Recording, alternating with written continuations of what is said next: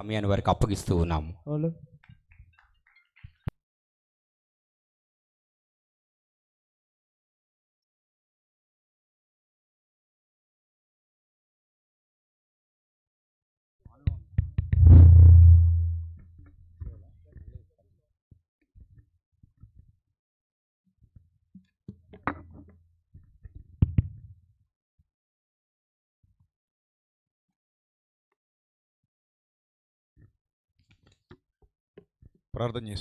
ప్రార్థన చేసుకుందాం. అందరూ కూడా తలలు వంచి ప్రార్థనలు ఏకీభవించండి. ప్రార్థిద్దాం.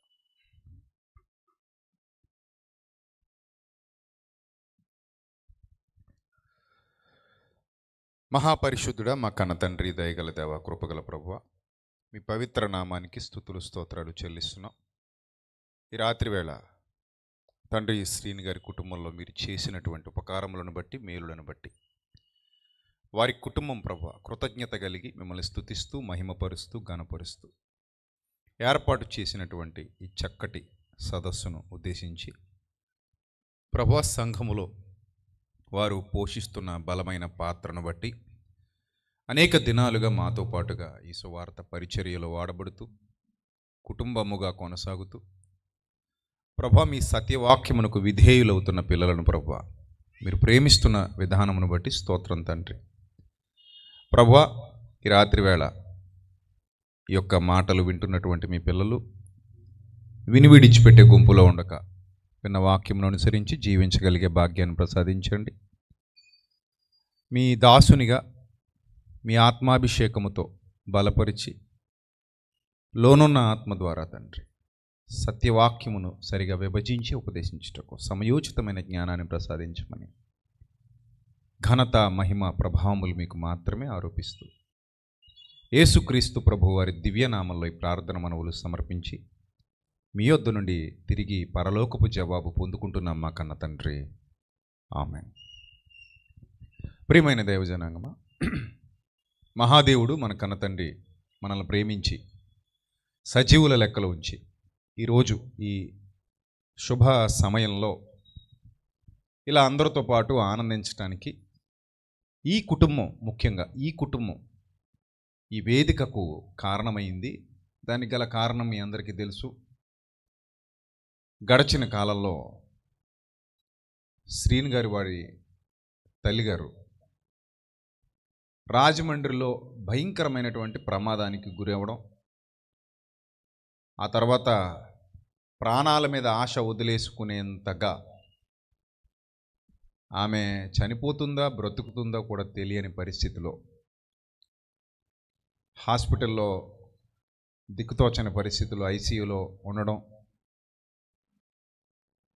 వాళ్ళు ఎంతో కన్నీరు గార్చి ప్రార్థన చేసి సంఘమంతా ప్రార్థించి మనమంతా ప్రార్థించి దేవుని మహాకృప మరలా ఆమెను సజీవురాలిగా కుటుంబానికి అప్పగించడం.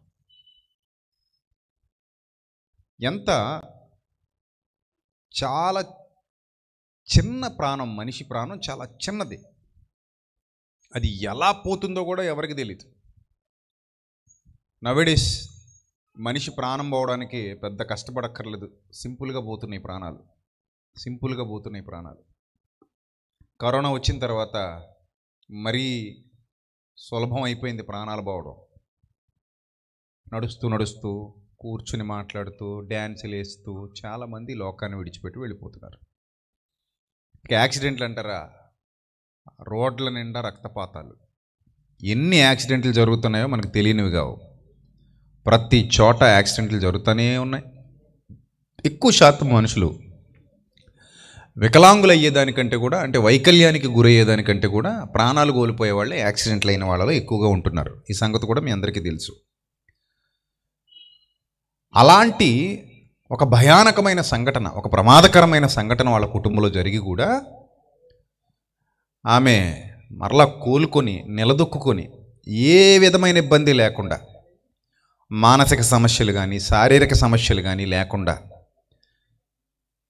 కాన్షియస్నెస్లోకి వచ్చి, అన్కాన్షియస్ అయిపోయినటువంటి ఆమె తిరిగి కాన్షియస్ అయ్యి మన మధ్యలోకి వచ్చి చక్కగా మనతో పాటు ఈరోజు కూర్చొని ఉంది అంటే దేవుని యొక్క మహాకృప. ప్రసంగి గ్రంథంలో ఒక మాట ఉంది, నేను చాలాసార్లు చెప్పాను మీకు, మీ అందరికీ నోటుకు వచ్చేసింది అది. ఆయన సెలవు లేక భోజనం చేసి సంతోషించటం, తృప్తి పొందటం ఎవరికీ సాధ్యం కాదు. ఆయన సెలవు లేక అన్నాడు అక్కడ. ఆయన సెలవు లేక అన్నాడు. అంటే దేవుని సెలవు లేకపోతే ఒకడు భోంచేయలేడట, సంతోషించలేడట, తృప్తి పొందలేడట. ఇది నిజమా కాదా అంటే పచ్చి నిజం. అన్ని మతాల వాళ్ళు ఒప్పుకుంటారు.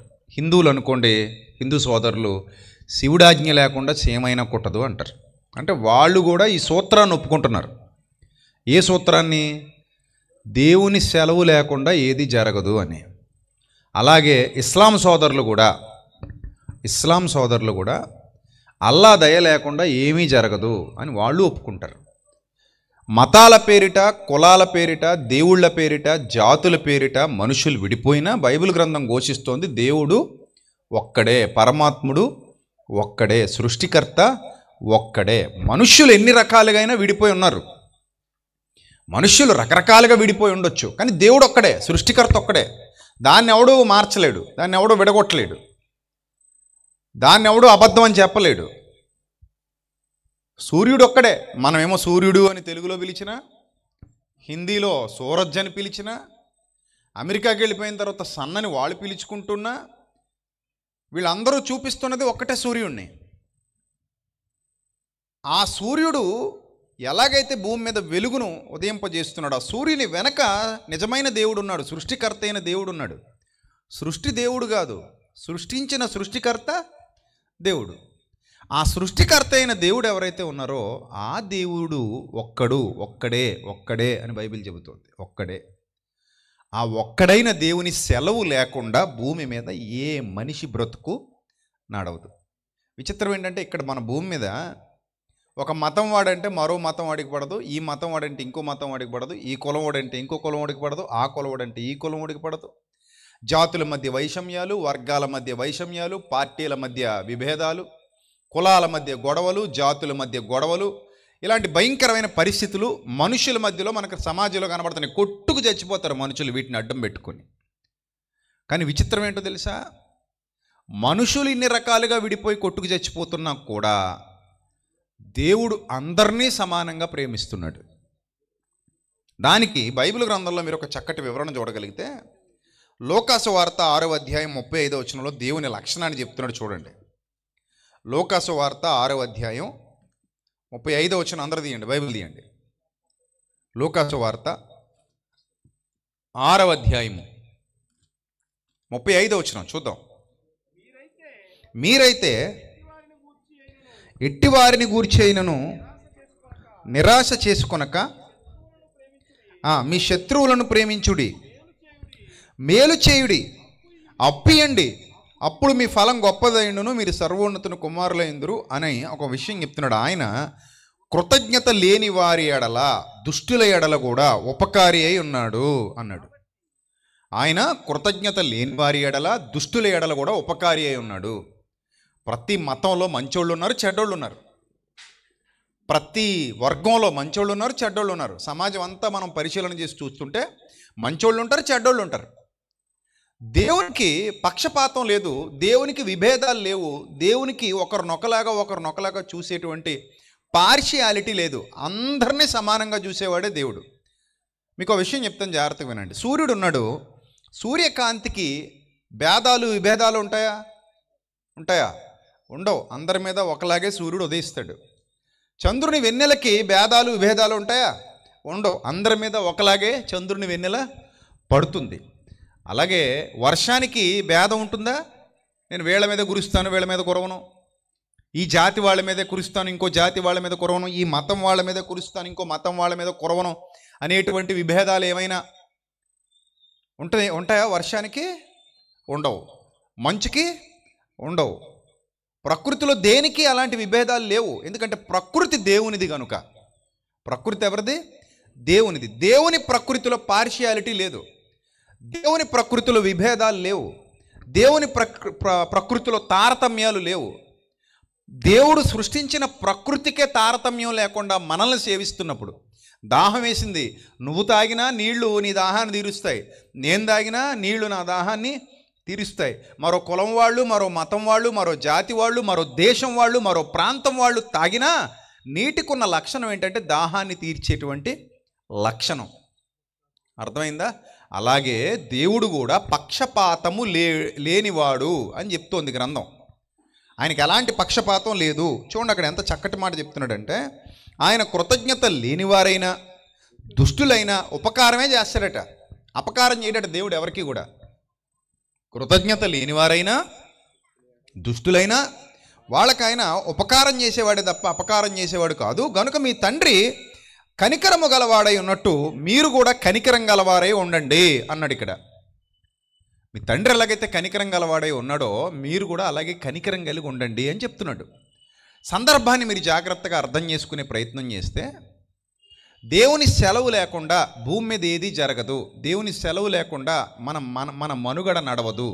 దేవుని సెలవు లేకుండా మనం భోజనం చేసి తృప్తి పొందటం సాధ్యం కాదు. ఇవన్నీ మనకు అర్థమయ్యాయి. అందుకే ఆమె జీవితంలో దేవుడు చేసిన మేలును బట్టి ఈ రాత్రి వేళ ఈ సభ ద్వారా వారి కుటుంబం కృతజ్ఞతాస్తుతులు దేవునికి చెల్లిస్తుంది. ఇది ప్రాథమికమైన జ్ఞానం, ప్రాథమిక జ్ఞానం అంటారు దీన్ని. కానీ ప్రపంచం ప్రాథమిక జ్ఞానానికే తిలోదకాలు ఇచ్చేసింది. ఇది ప్రాథమిక జ్ఞానమా కాదా అని అంటే ఉదాహరణకి చెప్తాను. చూడండి, చిన్న విషయం చెప్తాను. మీరు రోడ్డు మీద నడుచుకుంటూ వెళ్ళిపోతున్నారు, మీ ఫోన్ పడిపోయింది.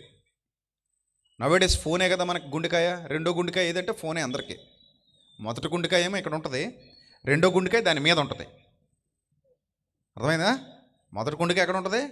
ఎక్కడ ఉంటుంది. రెండో గుండెకాయ ఎక్కడ ఉంటుంది? దాని మీద ఉంటుంది. దాని మీద అంటే అర్థం ఏంటి? అక్కడే ఉంటుంది కరెక్ట్గా. ఇలా పెడతాం కదా. సో అలాగా ఈ రెండో గుండెకాయ అయిపోయింది ఫోను అందరికి కూడా. ఇప్పుడు ఈ ఫోన్ పడిపోయింది అనుకో, నువ్వు నడుచుకుంటూ వెళ్ళిపోతున్నావు, జస్ట్ ఇలా ఫోన్ పడిపోయింది, ఎవరో చూశారు, వెంటనే చూసి ఇలా తీసి, సార్ ఫోన్ పడేసుకున్నారు సార్ అన్నాడు. అతి మంచోడు అనమాట. 100 మందిలో ఒకడు ఉంటాడు ఇలాంటి వాడు. మిగిలిన 99 మంది ఇచ్చే రకాలు కాదు, వెంటనే స్విచ్ ఆఫ్ చేసి జేబులు ఎడేస్తారు. ఇప్పుడు ఫోన్ పడిపోతే దొరుకుతులా, ఎందుకంటే దొరకగానే ఏం చేస్తాడు? స్విచ్ ఆఫ్ చేసేయడం, వెంటనే జేబులు పెట్టేయడం, లేకపోతే డోర్ తీసేయడం, బ్యాటరీ బయటికి లాగేయడం, చక్కగా డోర్ పెట్టేసుకోవడం. డోర్ అంటే ఏంటి? ఫోన్ క్యాప్ ఓపెన్ చేసేయడం, లోపల పెట్టేసుకోవడం, బ్యాటరీ తీసేయడం, ఇదో జేబులో పెట్టుకుని వెళ్ళిపోవడం. అలాంటి 99 మంది ఉన్నా ఆ ఒక్కడెవడో ఒకడు ఉంటాడు, వాడు అర్రే పాపం మన ఫోన్ పడిపోయినా ఇలాగే ఉంటుంది కదా అని చెప్పి ఫోన్ తీసి, సార్ ఫోన్ పడిపోయింది సార్ అంటాడు. వెనక్కి తిరిగి చూసుకుని అర్రే అని వెంటనే దగ్గరికి వచ్చి ఆ ఫోన్ తీసుకుని జేబులెట్కి వెళ్ళిపోతామా? ఏమైనా చేస్తామా? అక్కడ చెప్పండి, ఏమైనా చేస్తామా? జేబులెట్కి వెళ్ళిపోతామా? ఏం చేస్తాం? చెప్పండి, గట్టి చెప్పండి. ఏం చేస్తాం? ఒక థ్యాంక్సే చెప్తామా? 2-3 సార్లు చెప్తామా? రజనీకాంత్ లాగా థ్యాంక్స్ అన్న అంటావా? ఆ డైలాగ్ ఒక 5-6 సార్లు చెప్తావా? రజనీకాంత్ లాగా. మరి అంతే కదా. ఒక థ్యాంక్స్ సరిపెట్టవు నువ్వు. ఏం చేస్తావు? అబ్బో థ్యాంక్స్ల వర్షం కురిపిస్తానే ఉంటావు. ఎందుకు? నా గుండెకాయ నాకు తెచ్చిచ్చినందుకు. అన్ని ఇందులోనే ఉన్నాయట. మనకు ఆయన అంటున్నాడు అన్ని ఇందులోనే ఉన్నాయండి అన్నాడు. అన్ని ఇందులోనే ఉన్నాయా? అవునండి, అన్ని ఇందులోనే ఉన్నాయి. మీ ఇల్లు కూడా అందులోనే ఉందా? మీ ఆవిడ కూడా అందులోనే ఉందా? పిల్లలు కూడా అందులోనే ఉన్నారా? చివరికి నీ ప్రాణం కూడా అందులోనే ఉందా? ఏంది? లేదండి బాబు, అన్ని ఇందులోనే ఉన్నాయండి. మొత్తం అన్నీ అందులోనే ఉన్నాయండి బాబు. అది పోయిందండి బాబు అంటే, మరి అన్నీ అందులో ఎందుకు పెట్టుకున్నావు? కొన్ని జేబులు పెట్టుకోలేకపోయావా? మొత్తం అన్నీ అందులో ఎందుకు పెట్టుకుని తిరుగుతున్నావు? అన్నీ అందులో పెట్టేటట్టు పాపం. మరి అలాంటి గుండెకాయ దొరికితే ఖచ్చితంగా మనం ఏం చెప్తాం? థ్యాంక్స్ అని చెప్తాం కదా. దాన్నే తెలుగులో ఏమంటారు తెలుసా? కృతజ్ఞత అంటారు. Basic knowledge. కృతజ్ఞత చెల్లించటం అనేది ఏంటది? Basic knowledge. అంతెందుకు పక్కింటోళ్ళు పప్పు మిగిలిపోతే నీకు ఇచ్చారనుకో, ఏం చెప్తావు? థ్యాంక్స్ అక్క, ఆ పప్పు మామిడికి అంటే చాలా ఇష్టం అక్క, తెచ్చిచ్చినందుకు థ్యాంక్స్ అక్క. అక్క ఒక కప్పు టీ పొడి ఉంటే ఇస్తావా అక్క? అరే దాందేం భాగ్యం అమ్మ, తీసుకో, నీకు అడ్డే ఉంది. మా ఇల్లు ఒకటి, మీ ఇల్లు ఒకటినా? రేపొద్దున నాకు తక్కువ అయితే నువ్వు ఇవ్వవా చెప్పు, తీసుకో అని చెప్పి ఒక కప్పు ఇవ్వగానే ఫేస్లో కలర్స్ ఎలా ఉంటాయి? ఇంద్రధనుస్సు మొఖంలో కనబడుద్ది. అన్ని రంగులు కనబడతాయి, చక్కగా మెరుస్తూ ఉంటుంది. అప్పుడు అయ్యో మా సొంత అక్క కూడా ఇలా ఉండదక్క, థ్యాంక్స్ అక్క, నువ్వు మా అక్క కంటే ఎక్కువ అక్క. ఏడు తీపుడికే బిర్యానీ ఇస్తే చచ్చిపోతాం ఇంకా. మా అక్క కంటే ఎక్కువ అక్క నువ్వు, థ్యాంక్స్ అక్క. అయ్యో అంత లవ్ వచ్చేస్తుంది, ఎక్కడి నుంచి వచ్చేస్తుంది మరి, చాలా లవ్ వచ్చేస్తుంది, అంత లవ్ చూపిస్తావు. ఇది ఒక కప్పు టీ పొడి ఇచ్చినందుకు థ్యాంక్స్, కృతజ్ఞత. పడిపోతే ఎవరైనా లేపితే థ్యాంక్స్, కృతజ్ఞత. ఇంకా కొంచెం పెద్దగా ఆలోచిస్తే, ఇంకొంచెం పెద్దగా, అంటే ఇవన్నీ చిన్న చిన్నవి కదా, కొంచెం పెద్దగా ఆలోచిస్తే ఇలాగే అదిగో వాళ్ళకి జరిగినట్టే చిన్న యాక్సిడెంట్ ఏదో జరిగి రోడ్డు మీద పడ్డామనుకోండి, బండి స్కిడ్ అయిపోయి, నెక్స్ట్ మనల్ని లేపేవాడు ఒకడు కావాలి. లేవలేని స్థితిలో ఉంటే ఎవరు కావాలి? లేపేవాడు కావాలి. లేపినా కూడా లేచి వెళ్ళలేని దుస్థితిలో పడిపోతే ఖచ్చితంగా ఎవరు కావాలి? హాస్పిటల్కి చేర్చేవాళ్ళు కావాలి. అది అర్ధరాత్రి 1 గంట 12 అనుకోండి, అలాంటి వాళ్ళ సంఖ్య ఎక్కువ దొరుకుతుందా తక్కువైపోద్దా? ఎందుకు? 12 1 గంటకి అందరూ నిద్రలోకి జారిపోతారు. ఆ టైంలో సహాయం దొరకటం చాలా కష్టం. పగటిపూట లేదా ఈ సమయంలో అయినా నీకు సహాయం దొరుకుతుందేమో కానీ అర్ధరాత్రి 1 గంటకి 12 గంటలకి 2 గంటలకి కానీ యాక్సిడెంట్ అయింది అనుకోండి, ఆ టైంలో సహాయం దొరకటం చాలా కష్టం. ఇంకా కొద్దో గొప్ప ఇలాంటి హైవేల మీద కొద్ది వరకు అవకాశం ఉండొచ్చేమో కానీ, లూప్ రోడ్లలో కానీ, హైవేలు కాని చోట కానీ, మామూలు సాదాసీదా రోడ్లలో కానీ యాక్సిడెంట్ అయితే ఆ రాత్రంతా అక్కడే పడుకొని ఉండాలి. అలా ప్రాణాలు కోల్పోయిన వాళ్ళు కూడా చాలామంది ఉన్నారు. కానీ అలాంటి సిచ్యువేషన్లో నీకు ఎవడైనా ఒకడు వచ్చి నిన్ను హాస్పిటల్కి కానీ చేరిస్తే కృతజ్ఞత స్థాయి పెరుగుద్దా తరుగుద్దా చెప్పండి? ఇప్పుడు థ్యాంక్స్ స్థాయి ఏమవుద్ది? పెరుగుద్దా? అంటే ఇప్పుడు ఫోన్ ఇచ్చినోడికి, ఫోన్ పడిపోయింది సార్ తీసుకోండి అని ఇచ్చినోడికి, టీ పొడి ఇచ్చినోళ్ళకి, నిన్ను హాస్పిటల్కి తీసుకెళ్ళి జాయిన్ చేసిన వాళ్ళకి ఒకటే విధమైన కృతజ్ఞత? ఏమైనా తేడా ఉంటుందా రెండింట్లో? ఏమండి ఉంటుందా? చెప్పాలి, గట్టి చెప్పాలి మీరు. ఉంటుందా ఉండదా? ఉంటుంది. దీనికి ఇంకొంచెం ఏం పెరుగుతుంది? వెయిట్ పెరుగుతుంది. టీ పొడి ఇచ్చిన దానికంటే, ఫోన్ పడిపోయింది సార్ తీసుకోండి అని చెప్పిన దానికంటే, రోడ్డు మీద పడిపోయిన వాడిని హాస్పిటల్కి తీసుకెళ్ళి జాయిన్ చేయడంలో వెయిట్ ఏమైపోయింది? కృతజ్ఞత వెయిట్ పెరిగిపోయింది. సార్ మీరు చేసిన మేలు ఈ జన్మకే కాదు ఏ జన్మకే మర్చిపోలేనంటాడు. ఇంక అసలు మిమ్మల్ని అసలు ఇంకేం చెప్పలేనండి మీకోసం అంటాడు. అర్థమైందా? అది. ఇప్పుడు దీన్ని ఇంకా పెంచనా? కొంచెం పెంచుదాం. పెంచొచ్చు, మన గ్యాస్ పొయ్యికి మంట పెంచినట్టు పెంచవచ్చు దీన్ని కూడా. ఎలా పెంచవచ్చు? పెంచుతా. ఎలాగంటే ఇప్పుడు నీకు అర్జెంటుగా రక్తం అవసరం, రక్తం ఇవ్వకపోతే చచ్చిపోతావు అన్నాడు డాక్టర్ గారు తీసుకెళ్ళాక. ఇప్పుడు తీసుకెళ్ళిన ఆయన ఏం చేశాడంటే రక్తం కూడా ఇచ్చాడు. ఏం చేశాడు? రక్తం కూడా ఇచ్చాడు. ఇప్పుడు ఏమైంది? మీటర్ ఏమైంది చెప్పండి? జస్ట్ జాయిన్ చేసి వెళ్ళిపోవడం కాదు, ఏం చేశాడు? రక్తం కూడా ఇచ్చాడు. అంటే మీటర్ ఏమవుతుంది? ఇంకా పెరిగింది. కృతజ్ఞత లెవెల్, గ్రాటిట్యూడ్ లెవెల్, గ్రాటిట్యూడ్ అంటారు ఇంగ్లీష్లో. ఈ గ్రాటిట్యూడ్ లెవెల్ ఏమైంది? పెరిగింది. నెక్స్ట్ ఇంకా పెంచుదాం. రక్తం ఇవ్వడం మాత్రమే కాదు, బిల్లు కూడా కట్టేసాడు. అయ్యి బాబోయ్, ఇంకా మామూలుగా ఉండదు, బుడగ పగిలిపోద్ది. కృతజ్ఞత బుడగ ఏమైపోద్ది? బ్లాస్ట్ అయిపోద్ది. ఏంటిది? తీసుకెళ్ళడం, రక్తం ఇవ్వడం, రెండోది ఏంటి? బిల్లు కట్టడం. డబ్బులు లేవండి, ఏమి లేవండి వీడి దగ్గర అంటే, అయ్యో పర్లేదులేండి బతుకుంటే ఆడేస్తాడండి, ముందు ఇదిగో డబ్బులు తీసుకుని ముందు అయితే మొదలెట్టి డబ్బులు కూడా కట్టేసాడు. అంతే. ఇంకా కృతజ్ఞత లెవెల్ ఎక్కడికో పోతుంది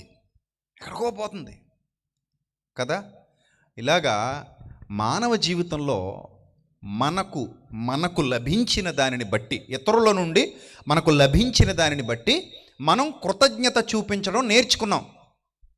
అందుకే మనకి చిన్నప్పటి నుంచి జన్మనిచ్చింది కాబట్టి తల్లిని గౌరవించన్నారు, పెంచి పోషించాడు కాబట్టి తండ్రిని గౌరవించన్నారు, విద్యను నేర్పించాడు కాబట్టి గురువును గౌరవించన్నాడు, ఆపదలో ఆదుకుంటాడు కాబట్టి అతిథిని గౌరవించు అనగా నీ బంధువుల్ని గౌరవించన్నారు.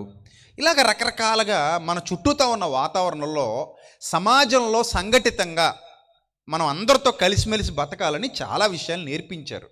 కానీ విచిత్రం ఏంటంటే ఇవన్నీ బాగానే అర్థం చేసుకున్నారు, కానీ అసలు విషయాన్ని వదిలేశారు. ఎందుకంటే ఇవన్నీ కనిపించే మనుషులు చేసేవి కాబట్టి అర్థం చేసుకోగలిగారు. కనిపించేవాళ్ళు, కళ్ళ ముందు నిలబడిన వాళ్ళు, కళ్ళ ముందు తిరుగుతున్న వాళ్ళు చేసే కార్యాలు కాబట్టి వీటిని ఏం చేయగలిగారంటే అర్థం చేసుకోగలిగేవారు. కానీ కనిపించని కార్యాలు కూడా ప్రకృతిలో జరుగుతున్నాయి, వాటిని మనుషులు అర్థం చేసుకోలేకపోయారు. వాటిని ఎలా అర్థం చేసుకుంటామండి? కనిపించనివి అంటే కనిపించనివి కూడా రుజువులే. ఆ రుజువులు ఎలా ఉంటాయో అనుభవిస్తే అర్థమవుతుంది, రుచి చూస్తే అర్థమవుతుంది, పరిశోధిస్తే అర్థమవుతుంది, పరీక్షిస్తే అర్థమవుతుంది. పరీక్షించనంత వరకు ప్రతిదీ కామన్గా ఉంటుంది. పరీక్షిస్తే అది కామన్గా ఉండదు, చాలా అద్భుతంగా అనిపిస్తుంది, మిరాకిల్లా అనిపిస్తుంది. అర్థమవుతుందా? నార్మల్గా జరిగిపోతుంది దాని అంతటా అదే అనుకుంటే అది న్యాచురల్గా ఉంటుంది, కామన్గా ఉంటుంది, పెద్ద అనిపించదు, ఇంపాక్ట్ ఉండదు. కానీ దీని వెనక ఎవరో ఉన్నారా బాబు అంటే మాత్రం ఇంపాక్ట్ ఉంటుంది. ఉదాహరణకి నువ్వు రోడ్డు మీద నడుచుకుంటూ వెళ్ళిపోతుంటావు, పైనుంచి ఎవరో బకెట్తో నీళ్లు పోసారనుకో, నువ్వు మంచి బట్టలు వేసుకుని రోడ్డు మీద నడుచుకుంటూ వెళ్ళిపోతున్నావు, పైనుంచి ఎవరో నీళ్లు పోసారు. నీళ్లు పోసిన వ్యక్తి ఎవరో నీకు కనబడుతున్నాడు. అప్పుడు ఏమొస్తుంది నీకు? ఆటోమేటిక్గా కోపం వస్తుంది. పాయింట్ అర్థమైందా? మనిషి కనబడుతున్నప్పుడు నీళ్లు పోసాడని తెలిసినప్పుడు నీకేమొచ్చింది? కోపం వచ్చింది. దీన్ని ఇంకో విధంగా చెప్తాను, జాగ్రత్తగా వినండి. నువ్వు రోడ్డు మీద వెళ్ళిపోతున్నావు, చొక్కాకి నిప్పు అంటుకుపోయింది, చొక్కా తగలడిపోతుంది, ఏం చేయాలో అర్థం కావట్లేదు. చీరకు నిప్పు అంటుకుపోయింది, ఏం చేయాలో అర్థం కావట్లేదు. నడుస్తున్నావు, కేకలు పడుతుంది, ఈలోగా ఎవడో బకెట్తో తెచ్చి నీళ్ళు కొట్టేశాడు, మంటలు ఆరిపోయినాయి. ఇప్పుడు కోపం వస్తుందా? మరి ఏమొస్తుంది? ఏమొస్తుంది? నీళ్ళు మారలేసుమా, ఆ బకెట్టే, ఆ నీళ్ళే, సందర్భం మారింది. ఆ బకెట్టే, ఆ నీళ్ళే, సందర్భం మారింది. మామూలుగా నువ్వు పెళ్ళికి వెళ్తూ వర్క్ షేర్ కట్టుకుని వెళ్తూ ఉండగా నీళ్ళేసేస్తేనేమో కోపం వస్తుంది. అదే వర్క్ షేర్ అంటుపోయి కాలిపోతున్నప్పుడు నీళ్ళేసేస్తే ఏమొస్తుంది? కృతజ్ఞత వస్తుంది. రెండు సందర్భాల్లో మనకి ఎవరు కనబడుతున్నారు? ఎదురుగా మనిషి కనబడుతున్నాడు. ఆ మనిషిని చూసినప్పుడు కృతజ్ఞత, కోపమా, సిచ్యువేషన్ బట్టి మనం డిసైడ్ చేసుకుంటున్నాం. ఇక్కడ పాయింట్ ఏంటంటే కనిపించకుండా పైనుంచి వర్షం పడుతుంది, అలవాటైపోయింది. అన్ని సందర్భాల్లో చూసి చూసి చూసి చిన్నప్పటి నుంచి అలవాటైపోయింది. ఇంతకీ మీరు చెప్పండి, వర్షం ఎలా కురుస్తుంది? వర్షం ఎలా కురుస్తుంది చెప్పండి, చెప్పండి చెప్పండి. అంగో ఆడ అంటున్నాడు ఆవిరి వల్ల. ఇదే ప్రపంచం నేర్చుకున్న జ్ఞానం.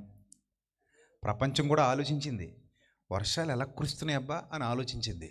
ఆలోచించి సైంటిఫిక్గా నేర్చుకోవాలని ఏం చేశారంటే పరిశోధనలు మొదలుపెట్టారు.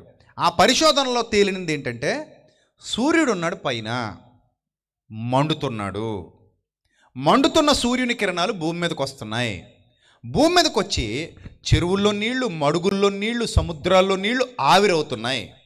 ఆవిరిగా మారినటువంటి ఆ నీళ్లు ఆకాశానికి ఎక్కిపోయి మేఘావృతం, మేఘాలుగా మారుతున్నాయి. నీటి ఆవిరి మేఘాలుగా మారుతుంది. ఆ మేఘాలు ఘనీభవిస్తున్నాయి, ఆ మేఘాలు ప్రయాణిస్తున్నాయి, ఆ మేఘాలు వర్షపాతాన్ని ఇస్తున్నాయి. ఆ మేఘాలు మరలా తిరిగి ఏం చేస్తున్నాయి? వర్షిస్తున్నాయి. ఈ విధంగా ఆకాశం నుండి నీళ్లు నేల మీద పడుతున్నాయి. అమ్మయ్య, కనిపెట్టేశాం, వర్షాలు ఎలా కురుస్తున్నాయి అంటే అదిగో అలాంటి ఆయన ముందుకొచ్చి ఆవిరి వల్ల కురుస్తున్నాయి అన్నాడు. అయిపోయిందంతే, అక్కడితో ఆగిపోయాం. ఇంకా ఇప్పుడు నా పాయింట్, ఆవిరి వల్ల వర్షం కురుస్తుంది. ఆవిరి ఎలా వచ్చింది? భూమి మీద ఉన్న నీళ్లు వేడెక్కటం వల్ల. ఈ వేడెక్కటం వల్ల అంటే ఎలా వేడెక్కాయి? సూర్యుని వల్ల. ఆ సూర్యుడిని తయారు చేసింది ఎవరు మరి? అక్కడ దాకా వెళ్తామా? అక్కడ దాకా వెళ్ళాం. ఎక్కడ ఆగిపోతామంటే సూర్యుడు వేడెక్కాయి, వర్షం కురిసింది, అంతే, మాకు చాలు, మేము నేర్చేసుకున్నాం.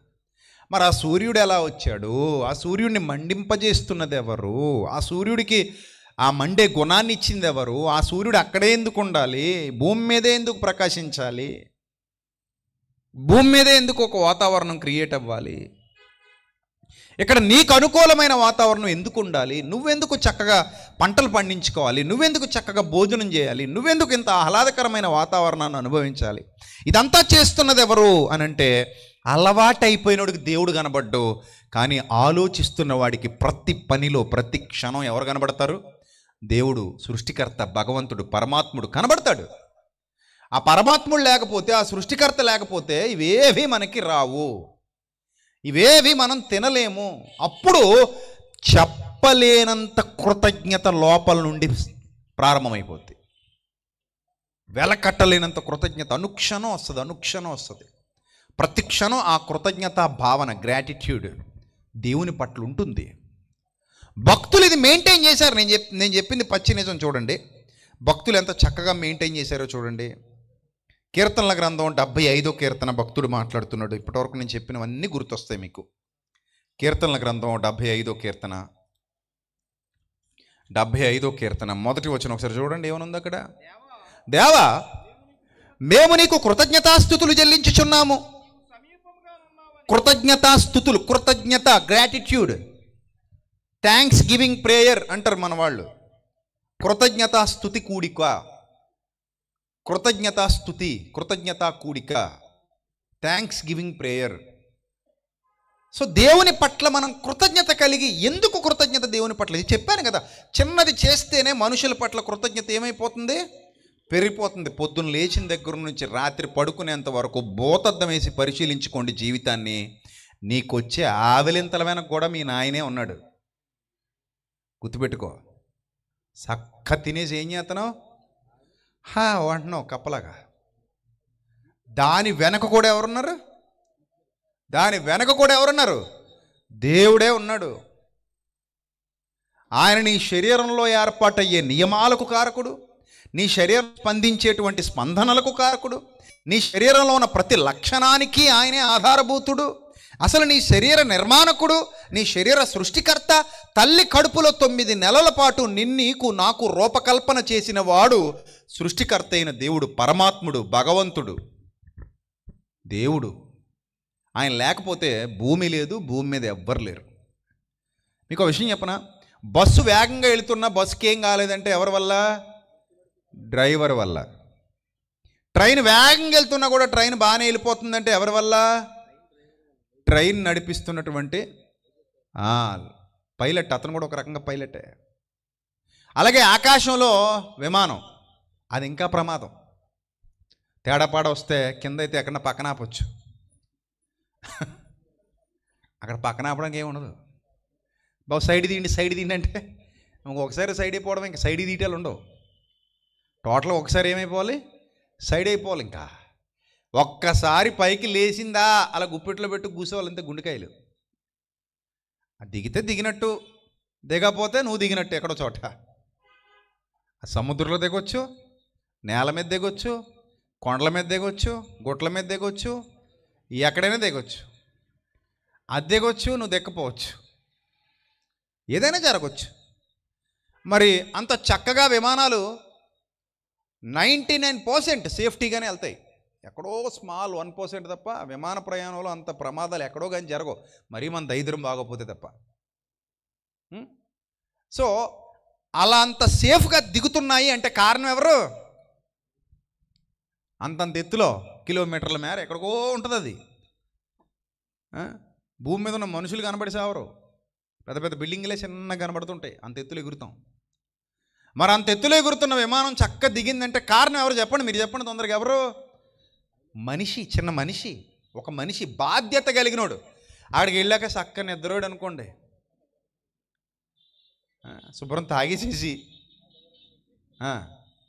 మన మున్సిపాలిటీ ఎద్దుల బండి తిప్పేవాళ్ళు ఉంటారు కొంతమంది, అలాగా ఆ బండి మీద పడుకుంటాడు పక్క జరిగి, ఆ ఎద్దు తీసిపోతుంటుంది అలాగా. అప్పుడప్పుడు మన రోడ్ల మీద చూడండి తాటాకులు బండి వేసుకుని వెళ్తుంటారు చూసారా? రాత్రులు తాటాకులు లోడ్ వేసుకుని ఎద్దుల బండి మీద వెళ్తుంటారు, బండి వెనక బండి కట్టి చక్క పోతుంటారు. వాళ్ళు ఏం చేస్తారు? ముందునోడు జాగ్రత్తగా ఉంటాడు, వెనకనోళ్ళు అందరూ పడుకుంటారు. పాప మా ఎద్దులు ఆ బండిని పట్టుకుని అలాగ నడుచుకుంటూ వెళ్ళిపోతాయి. ఇలా తాటాకులకి జారబడి హాయి కునికి తీరు చల్లగా ఉంటుందేమో, ఓ పక్క నుంచి ఆకులు గోకుతూ ఉంటాయి వీపుని, అలా ప్రశాంతంగా నిద్ర పట్టేద్ది వాళ్ళకి. హాయిగా నిద్రపోతారు, ఇంకా హాయిగా నిద్రపోయి అలా వెళ్ళిపోతుంటాయి బళ్ళు. పైలట్గా అలా చేయడు అనుకోండి, ఇంకొకటే అయిపోయినట్టే జీవితం. నేను ఎప్పుడు ఫ్లైట్ ఎక్కిన అనుకుంటాను, ఒరే బాబు మనం హాయిగా పడుకున్నాం, వాళ్ళు మాత్రం పడుకోవడానికి లేదు.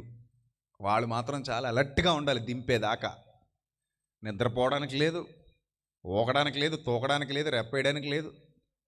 చక్కగా తీసుకెళ్ళాలి, ఎప్పటికప్పుడు అన్నీ చెక్ చేసుకుంటూ ఉండాలి, చాలా అలర్ట్గా ఉండాలి, నీట్గా తీసుకెళ్ళి గమ్యస్థానానికి చేర్చాలి.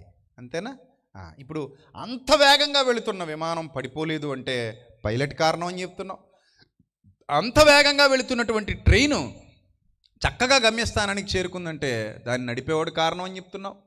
అంత వేగంగా వెళ్తున్నటువంటి వాల్వో బస్సు హ్యాపీగా నిన్ను గమ్యస్థానానికి తీసుకుపోయిందంటే దాన్ని నడుపుతున్నటువంటి డ్రైవర్ కారణం అని చెప్తున్నావు. మరి ఈ భూమి గంటకి 1,11,000 చిల్లర కిలోమీటర్ల వేగం అట ఈ భూమి తిరిగే వేగం. అంత వేగంతో తిరుగుతుందట ఈ భూమి. మరి పేలిపోలేదు. ఇన్ని సంవత్సరాలు మన తాతలు ముత్తాతలు అందరూ దీని మీదే బతికారు. యాక్సిడెంట్ అవ్వలేదు, ఏ గ్రహశాఖలాలకి గుద్దుకోలేదు, పగిలిపోలేదు, భస్మం అయిపోలేదు, బూడిదైపోలేదు, ఏమవ్వలేదు. హాయిగా తిరుగుతుంది, హ్యాపీగా తిరుగుతుంది కాబట్టి మనకు రాత్రి పగలో వస్తుంది. అది తిరుగుతుంది కాబట్టే సూర్యుని వైపు తిరిగినప్పుడు పగలో, చంద్రుని వైపు తిరిగినప్పుడు రాత్రి. అర్థమైందా? అలా తిరుగుతుంది కాబట్టే మనకు రాత్రి పగలు వస్తున్నాయి. ఇంత చక్కగా భూమి తిరుగుతుంది, ఈ సంగతి మనకు అర్థమవుతుంది. తిప్పుతున్నది ఎవరు? దేవుడు కదా. ఆ మధ్య కర్ణాటకలో ఒక బస్ డ్రైవర్కి బస్సు నడుపుతుండగానే హార్ట్ అటాక్ వచ్చింది. అప్పుడు అది భరిస్తూ నేను ఇంక చచ్చిపోతానని అర్థమై అతనికి జాగ్రత్తగా ఒక సురక్షిత ప్రాంతంలో, లోయలో ఉంది బస్సు, అప్పుడు కొండ, దాన్ని ఏమంటారు, కర్వ్, ఘాటీలు అక్కడ ఉంది, ఘాట్ రోడ్లో. ఏమాత్రం తేడా జరిగినా అందరూ చచ్చిపోతారు. అందుకే పాపం జాగ్రత్తగా ఆ బాధ భరిస్తూ నొప్పి వచ్చేస్తున్నా కూడా ఒక సురక్షితమైన ప్లేస్కి తీసుకొచ్చి బండి ఆపేసి అందులో స్టీరింగ్ మీద పడి చచ్చిపోయాడు. అతని కుటుంబానికి ఆ బస్సులో ఉన్న వాళ్ళందరూ సాయం చేశారు గవర్నమెంట్తో పాటు. ఎందుకంటే మీ భర్త మా ప్రాణాలు కాపాడాడమ్మా, లేకపోతే మేమందరం లోయలో పడి చచ్చిపోవాల్సిందే, చాలా మంచోడమ్మా మీ ఆయన, మీ నాన్న అని ఆ పిల్లలకి చెప్పి వాళ్ళు కొంత సహాయం చేశారట కుటుంబానికి. అందులో కొందరు మంచి మనసున్నోళ్ళు. ఇప్పుడు నేను అంటున్నాను, ఆ వ్యక్తి పట్ల నీకు కృతజ్ఞత ఉందే, మరి సమస్తాన్ని తిప్పుతున్న దేవుని పట్ల, సమస్తాన్ని నడిపిస్తున్న దేవుని పట్ల, సమస్తాన్ని మనిషికి అనుగ్రహిస్తున్న దేవుని పట్ల, నిన్ను సృజించిన వాని పట్ల, నీకు చక్కటి అవయవాలు ఇచ్చిన వాని పట్ల, అవయవాలకు నియమాలు ఏర్పాటు చేసిన వాని పట్ల, నియమాలు ఏర్పరిచి అవయవాల ఆకలి తీరుస్తున్న వాని పట్ల మనిషికి కృతజ్ఞత ఉండాలా, ఉండకూడదా? ఉండటం భక్తా, ఉండకపోవడం భక్తా? ఏది భక్తి? కృతజ్ఞత ఉండడం భక్తా, కృతజ్ఞత లేకపోవడం భక్తా? ఏది భక్తి? కృతజ్ఞత ఉండడమే భక్తి. నేను అంటాను, కృతజ్ఞత అనగానే ఆవిడకి యాక్సిడెంట్ అయిందండి, యాక్సిడెంట్లో చచ్చిపోకుండా బతికించాడండి, దానికి మాత్రమే కృతజ్ఞత అన్నా కూడా కరెక్ట్ కాదు. అది అసలు నువ్వు కృతజ్ఞత చెల్లించడానికి యాక్సిడెంట్ అవ్వక్కర్లేదు. నువ్వు కృతజ్ఞత చెల్లించడానికి యాక్సిడెంట్ అవ్వక్కర్లేదు, యాక్సిడెంట్లో నువ్వు తిరిగి బతకక్కర్లేదు, అది కూడా జరగక్కర్లేదు. అది జరగకపోయినా కూడా మనం ఏం చేయాలి? కృతజ్ఞతాస్తుతులు చెల్లించాలి. ఎందుకు? చూడండి, ఇప్పుడు కీర్తన గ్రంథంలో చెప్తున్నాడు, దేవా మేము నీకు కృతజ్ఞతాస్తుతులు చెల్లిస్తున్నాం, నీవు సమీపముగా ఉన్నావనియు కృతజ్ఞతాస్తుతులు చెల్లిస్తున్నావు. నిజమే కదా, ఎంత సమీపంగా ఉండబట్టే కదా మనకి ఇంత బాగుంది జీవితం. ఆయన సమీపంగా లేకపోతే నువ్వు భోజనమే చేయలేవంటుంది కదా బైబిలు. ఆయన సెలవు లేక భోజనం చేసి సంతోషించటం ఎవడికి సాధ్యం కాదు. దేవుని ఆజ్ఞ లేకుండా ఎవ్వడూ భోజనం చేయలేడట. ఇది నిజమే కదా. అప్పుడప్పుడు మన పెద్దోళ్ళు అంటారు చూడండి, ఒరే బాబాడికి నూకలైపోయినాయిరా అంటారు. ఏమైపోయినాయి? నూకలైపోయినాయి అంటే అర్థం ఏంటి? ఇంక భూమి మీద నూకలే లేవనా? చెప్పండి, భూమి మీద ఇంక నూకలు ఎక్కడ దొరుకుతులేదు, ఎండిపోయిందనా భూమి? నూకలు కనపడకుండా పోయినాయనా? కాదు, నూకలు బోల్డ్ ఉన్నాయి, కానీ తినే యోగ్యత దేవుడు వాడికి ఇవ్వలేదు. తీసుకుపోతున్నాడు కాబట్టి ఇక వాడికి తినే యోగ్యత లేదు, అందుకే వాడికి నూకలైపోయినాయిరా అంటారు. అర్థమైందా? మరి దేవుడు చేసే మేలులు ఆయన సమీపంగా ఉన్నాడు, మనలో ఊపిరి ఉంచాడు. మనం ఉచ్ఛ్వాస నిశ్వాసాలు జరుగుతున్నాయి, గాలి పీలుస్తున్నాం, గాలి వదులుతున్నాం, గుండె కొట్టుకుంటుంది, చక్కగా అవయవాల పనితీరు క్రమంగా జరుగుతుంది, ఆయుష్కాలం లభించింది మనకి, హ్యాపీగా తింటున్నాం, హ్యాపీగా పిల్లాపాపలతో సుఖ సంతోషాలతో ఆయురారోగ్యాలతో ప్రతి పని చక్కగా జరిగించుకుంటూ అన్నీ మనకు అనుకూలంగా మార్పు చెందుతూ హ్యాపీగా లైఫ్ లీడ్ అవుతుంది. ఇంత హ్యాపీగా లైఫ్ లీడ్ అవుతుంది అంటే కారణం భక్తులు అంటారు, చూడండి 2వ వచనం, నరులు నీ ఆశ్చర్య కార్యములను వివరించుదురు అన్నాడు. చూసారా, నరులు మీ ఆశ్చర్య కార్యములను వివరించుదురు. అవే ఈ ఆశ్చర్యకార్యాలు ఎప్పటివరకు మనం మాట్లాడుకున్నవి.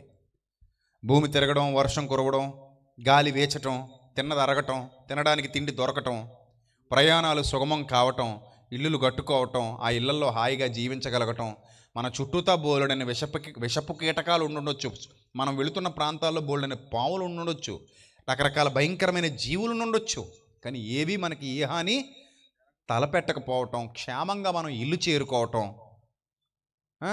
ఇవన్నీ కూడా సాదాసీదా కృతజ్ఞతలు. అందరూ వీటి విషయమై దేవునికి ఏం చెల్లించాలి? కృతజ్ఞతలు చెల్లించాలి. మంచం దిగామా, కృతజ్ఞత చెల్లించాలి. సుఖంగా నిద్రపోయినందుకు నీకు థ్యాంక్స్ తండ్రి, మంచం దిగినందుకు నీకు థ్యాంక్స్ తండ్రి, మంచం ఎక్కుతున్నందుకు మరలా నీకు థ్యాంక్స్ తండ్రి. ఈ రోజంతా నా జీవితంలో చక్కగా నడిచింది, చక్కగా నడిపించావు, అందును బట్టి నీకు కృతజ్ఞతాస్తుతులు చెల్లిస్తున్నాను తండ్రి. ఈ భావజాలం భక్తులకు ఉంది. మరి మనకుందా లేదా పరీక్షించుకోవాలి. అర్థమైందా? కానీ మనం ఆ టైపు కాదు. మనం ఏ టైపు అంటే అవసరాలకు పుట్టుకొస్తుంది భక్తి. ఎప్పుడు పుట్టుకొస్తుంది భక్తి? అవసరాలకు. నేను చెప్పనా, ఇప్పుడు 10వ తరగతి పరీక్షలు అంట, చాలామంది వస్తున్నారు పిల్లలు. ఏమని? ప్రార్థన చేయండి. మిగిలిన టైంలో గుర్తురావా మీకు ప్రార్థనలో? అబ్బే, మిగిలిన టైంలో ఎక్కడ గుర్తొస్తాయండి? ఇప్పుడు ఎగ్జామ్ కదండి, చదివింది గుర్తొచ్చేయాలండి, బాగా రాసేయాలండి, ఫస్ట్ క్లాస్లో పాస్ అయిపోవాలండి, ఇప్పుడు గుడికి వెళ్ళాలి, లేకపోతే మసీదుకి వెళ్ళాలి, లేదా చర్చికి వెళ్ళాలి, ప్రార్థన అడగాలి. మిగిలిన టైంలో గుర్తురావంటే మిగిలిన టైంలో గుర్తురావు. అవసరం వచ్చింది ఇప్పుడే. రోగం వస్తే హాస్పిటల్కి వెళ్ళినట్టు అవసరం వస్తే దేవుడి దగ్గరికి వస్తారనమాట. చాలామంది సైకాలజీ ఇలాగే ఉంటుంది. అవసరం వస్తేనే దేవుడు గుర్తొస్తాడు, అవసరం లేకపోతే దేవుడు గుర్తురాడు. రోగం వస్తే ప్రార్థన కావాలి, దేవుడు గుర్తొస్తాడు. ఎందుకు? ఇప్పుడు రోగం తగ్గించేయాలి. రోగం అంటే మనిషికి భయం, ఎందుకు? చచ్చిపోతానని. ఆ చావు కోసమే ప్రభు ప్రాణం పెట్టాడే. నీ చావు తర్వాత నిన్ను విడిపించడానికి నీ కోసం ప్రభు ప్రాణం పెట్టాడు. నా యందు విశ్వాసం ఉంచినవాడు మరణములో నుండి జీవములోనికి దాటి ఉన్నాడు అని తెలియజేస్తాడు. ఇది మనిషి సైకాలజీ. ఏదైనా కష్టం వచ్చినా, కన్నీళ్ళు వచ్చినా, ఇరుకులు వచ్చినా, ఇబ్బందులు వచ్చినా టక్కన దేవుడు గుర్తొస్తాడు. మిగిలిన టైంలో అస్సలు గుర్తురాడు. అందుకే ఇక్కడ ఏమంటాడంటే 86వ కీర్తన 12వ వచనం ఒకసారి చూద్దాం.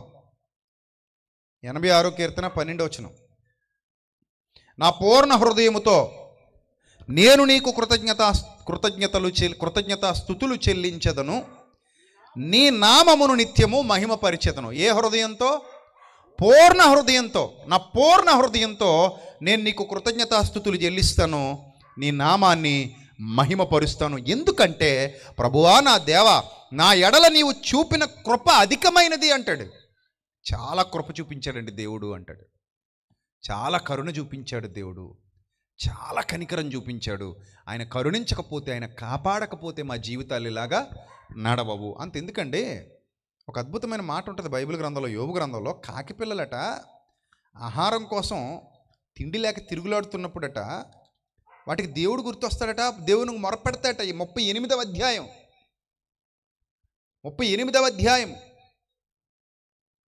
40వ వచనం యోబు గ్రంథం చూడండి ఒకసారి. యోబు గ్రంథం 38వ అధ్యాయం 40వ వచనం, సింహపు పిల్లలు తమ తమ గుహలలో పండుకొనున్నప్పుడు, తమ గుహలలో పొంచి ఉండినప్పుడు నీవు వాటి ఆకలి తీర్చదవా అని మనిషిని అడుగుతున్నాడు దేవుడు. రెండో మాట, తిండి లేక తిరుగులాడుచు, దొరకలేదట కాకి పిల్లలకు, ఆహారం దొరకలేదట, తిండి లేక తిరుగులాడుచు కాకి పిల్లలు దేవునికి మొర్ర పెట్టినప్పుడు కాకికి ఆహారము సిద్ధపరిచేవాడేవాడు. ఇంకా ఇంత జ్ఞానం మనిషికి అందలేదు. మనం కాకి అరుస్తుంటే చుట్టాలు వస్తున్నారు అంటాం, అక్కడ దాకా వెళ్ళాం మనం. అసలు మీ చుట్టం ఎవడో కాకి తెలుసా? నీకు ఎంతమంది చుట్టాలు ఉన్నారు తెలుసా అసలు కాకి? తెలీదు. కానీ మనం మనం మనం అదో టైపు పిచ్చి పుల్లయ్యలం కదా మనం. మంచి పుల్లయ్యలం కాదు మనం. ఏ పుల్లయ్యలం మనం? అంత పిచ్చి పుల్లయ్యలం కాబట్టి.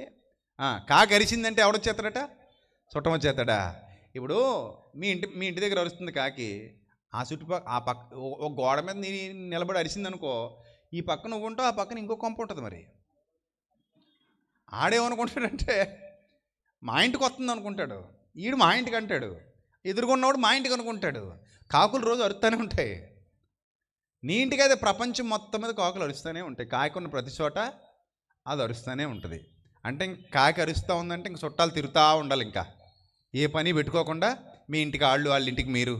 ఎందుకంటే వాళ్ళ ఊళ్ళో కూడా కాకులు ఉంటాయి. మరి మీ ఊళ్ళో మీ దగ్గర వచ్చిన కాకులు వాళ్ళ ఊళ్ళో వాళ్ళ దగ్గర వస్తాయంటే వాళ్ళ ఇంటికి నువ్వు పోవాలి, నీ ఇంటికి వాళ్ళ రావాలి, ఇంకా తిరుగుతూ ఉండాలన్నమాట. ఇంకా కాకుల్లాగా. కాకులు అరిస్తే చుట్టాలు రారు. అవి ఎందుకు అరుస్తాయట? ఆహారం దొరకనప్పుడు దేవునికి మొర్ర పెడతాయట కాకులు. కుక్కలు కూడా అరుస్తుంటే ఒకసారి కూ అని అరుస్తుంటే యమధర్మరాజు వెళ్తున్నాడు అంటారు. వీళ్ళు చూసినట్టు వీళ్ళు ఇది చెప్పింది. మరి లేదా ఏదో శవాన్ని తీసుకెళ్ళిపో, దూతలు వచ్చారంటాడు. అదే తీతు పెట్టట, దాన్ని ఎప్పుడు చూడలేదు నేను. అది అరుచుకుంటూ తిరుగుద్దట. ఇంకా అది అరిసిందంటేనంటే ఎవడొకడు చచ్చిపోతాడట. మరి తీతు పెట్టి అరిస్తేనట ఎవడొకడు ఏమైపోతాడట? చచ్చిపోతాడంట. ఎన్ని ఎవడో గాలోడు పని పాట లేక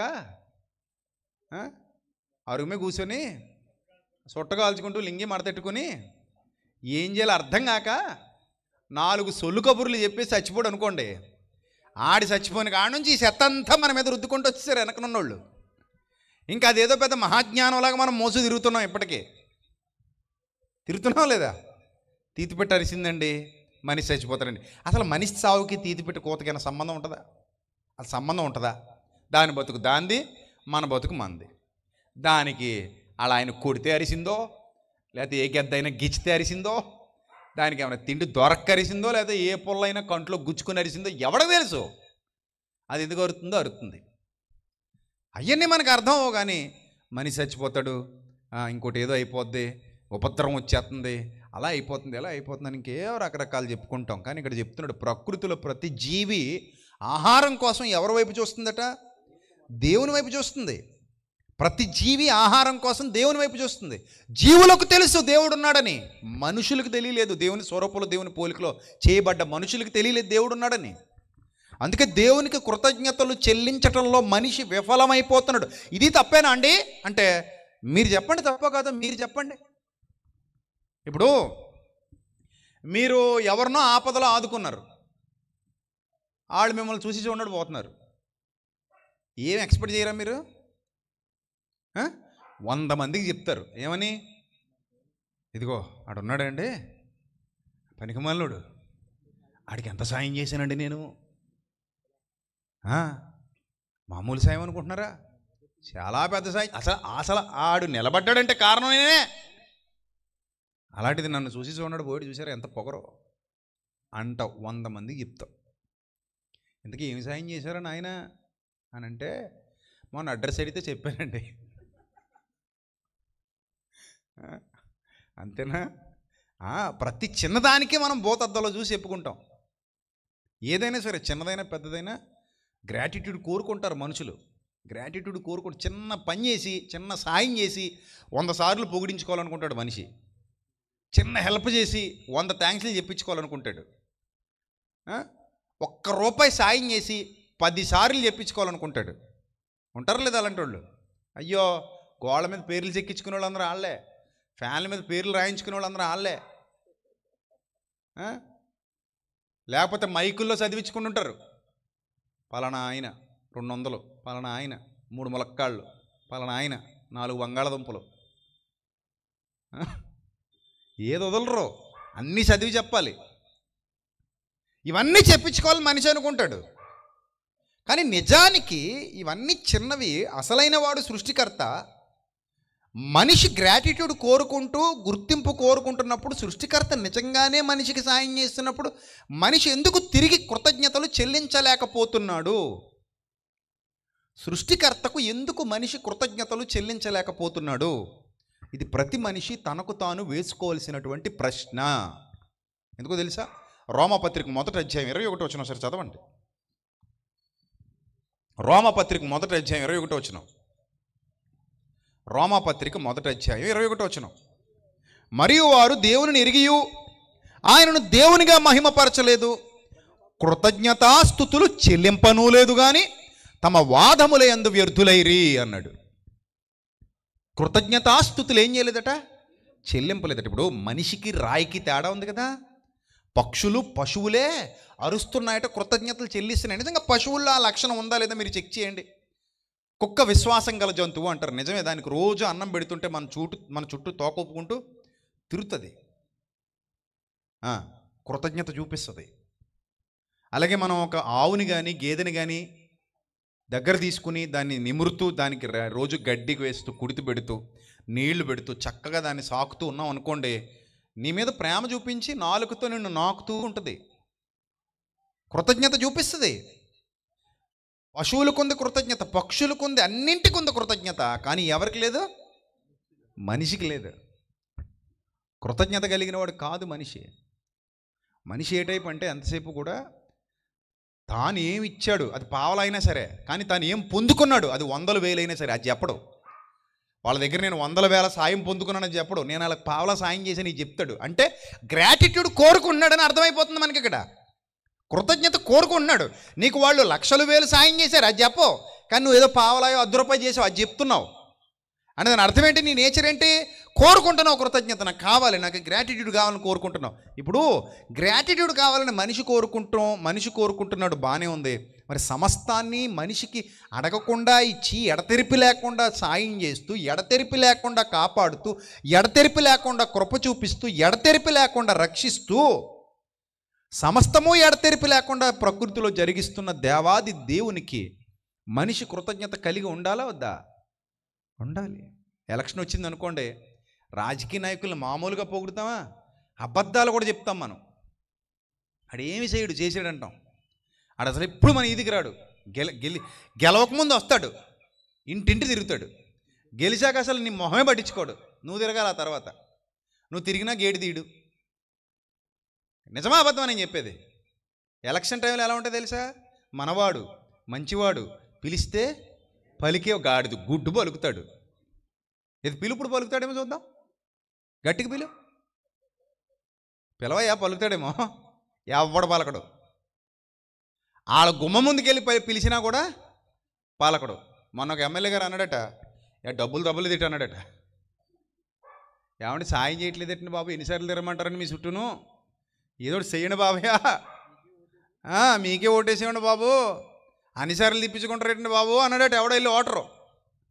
అప్పుడు ఆయన అన్నాడట, డబ్బులు లేదా ఉత్తినేసేటి ఓటు, ఇంట్లో వాళ్ళందరికీ ఇంత అని చెప్పి టిక్కెట్కి వచ్చారు మా వాళ్ళు, చూశాను సీటు ముక్క మీద అన్నాడట. అంటే అయిపోయిందా బాబయ్య? సెల్లుకి అయిపోయిందా బాబయ్య? అంతే మరి. 5 సంవత్సరాలు కొనేసాం మీ దగ్గర. అంటే ఆ డబ్బులకే 5 సంవత్సరాలు కొనేసారా బాబయ్య? ఆ డబ్బులకే కొనేసాం. పో బడిపో, జీవితంలో నీ మొహం నాకు చూపించుకో. ఇప్పుడు నేను ఖర్చు పెట్టిన డబ్బు తీసుకోవడానికే నాకు 5 సంవత్సరాలు సరిపోదో వైను లేదు, డబల్ తీసుకోవాలి కదా. మళ్ళీ ఇప్పుడు నీకు పనులు అయ్యి చేసి పెట్టాలంటే ఎక్కడ కుదురుద్ది? అవతల బాగున్నాడట. అర్థమైందా? వాళ్ళు ఏం చేయరు, అయినా పొగుడుతారు మనుషులు. మనవాడు మంచివాడు, పిలిస్తే పలికేవాడు, అందరి బంధువు, స్నేహశీలి, ఔదార్యమూర్తి, పావన చరిత్రుడు, నిరాడంబరుడు, నిస్వార్థశీలి, ఇంకేమైనా ఉన్నాయా? అదిగో మనం పలికే పలుకులే ఇవన్నీ గుర్తుంటాయి బాగా. ఇవన్నీ పలికి డబ్బా కొట్టి ఇది తిప్పి చక్క చప్పట్లు కొట్టి ఓ మామూలు చెయ్యం. మనకు తెలుసా ఎన్ని అబద్ధాలని? ఏముండదో, ఎక్కగానే మామూలుగా తొక్కేస్తాడని తెలుసు. అయినా కూడా పొగడరా బాబు సుబ్బారావు, పొగుడు, ఇంకిష్టం వచ్చినట్టు పొగడమే. ఇలాగే బైబిల్ గ్రంథంలో కూడా ఒకరిని పొగుడుతారు చూడండి. అపోస్తలుల కార్యాలు 24వ అధ్యాయం అనుకుంటాను. అపోస్తలుల కార్యాలు 24వ అధ్యాయం 3వ వచనం చూడండి. అపోస్తలుల కార్యాలు 24వ అధ్యాయము 3వ వచనం. తెర్తుళ్ళు అనేవాడు పౌలు మీద నేరం మోపడానికి మొదలు పెడతాడు. ఇక్కడ తెర్తుళ్ళు అనేవాడు కైసరికి వచ్చి ఒక న్యాయవాది పౌలు మీద తెచ్చిన ఫిర్యాదు అధిపతికి తెలియజేశారట. పౌలు రప్పింపబడినప్పుడట తెర్తుళ్ళు అనే న్యాయవాది అంటే లాయరు అతని మీద నేరం మోపనారంభించి ఇలా అన్నాడట, మహాఘనత వహించిన ఫెలిక్స్ గారు అంటే అధికారి అన్నమాట, రోమా ప్రభుత్వ అధికారి. ఆ రోజుల్లో వాళ్ళు ఎమ్మెల్యే గారు అనుకోండి కాసేపు, మీకు అర్థమయ్యే భాషలో చెప్తున్నా. ఈ పౌలు గారిని నిలబెట్టేసి ఏమని చెప్తున్నాడట, మహాఘనత వహించిన ఫెలిక్స్ గారు మేము తమ వలన ఎంతో నెమ్మది అనుభవిస్తున్నారట. ఎవరి వల్ల? ఎమ్మెల్యే గారి వల్ల, ఎంపీ గారి వల్ల, మంత్రి గారి వల్ల ఎంతో నెమ్మది. మీరు గుర్తుపెట్టుకోండి, ఏ రాజకీయ నాయకుడు మనకి ఏమీ చేయడు. ఎవ్వడు గెలిచినా ఇలాగే ఉంటుంది మన బతుకు. ఇది పచ్చి నిజం. ఎక్కడో ఉంటాడు, నూటికో కోటికో ఒకడు, వాడు ఎప్పుడు వస్తాడో తెలీదు. అలాంటి వాడు వచ్చినా మన వాళ్ళు నిలబడినెవరు. అర్థమైందా? ఎక్కువ మనం కూడా ఎవరు నమ్ముతాం? దొంగలనే నమ్ముతాం. ఏదో గొర్రె కషాయాన్ని నమ్మింది అన్నట్టు దొంగలు నమ్ముతుంటాం కదా. సో ఇక్కడ ఎవరో ఉంటారు, నూటికో కోటికో కొంతమంది ఉంటారు నాయకుల్లో మంచివాళ్ళు. అందరూ చెడ్డోళ్ళు ఉంటారు, కానీ ఎక్కడో ఉంటారు నిస్వార్థపరులు. కానీ ఎక్కువ శాతం ఊరుసుకుని పట్టుకుపోయే వాళ్ళే ఉంటారు, మనల్ని ఊరి చేసేవాళ్ళు ఉంటారు. అలాంటి వాళ్ళని కూడా ఏమని పొగడాలి మనం? ఇదిగో ఇలాగే పొగడాలి. ఏం పొగుడుతున్నాడు? మీ వలన మేము, తమ వలన మేము ఎంతో నెమ్మదిగా ఉన్నాం బాబయ్య అన్నాడట.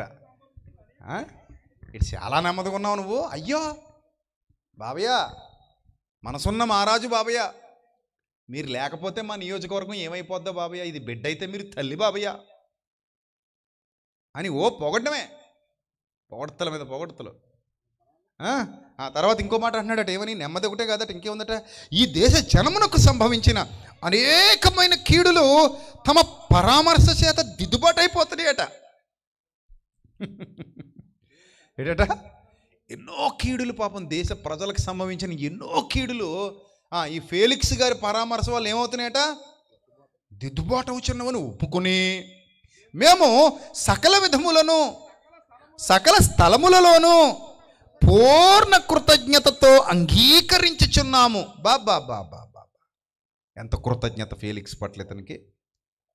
అప్పుడప్పుడు చూడండి, గంగిరెద్దుని తీసుకొస్తుంటారు, అయ్యగారికి దండం పెట్టు, అమ్మగారికి దండం పెట్టు, ఒకటే నేర్పిస్తాడు ఇలా అంటాం దానికి.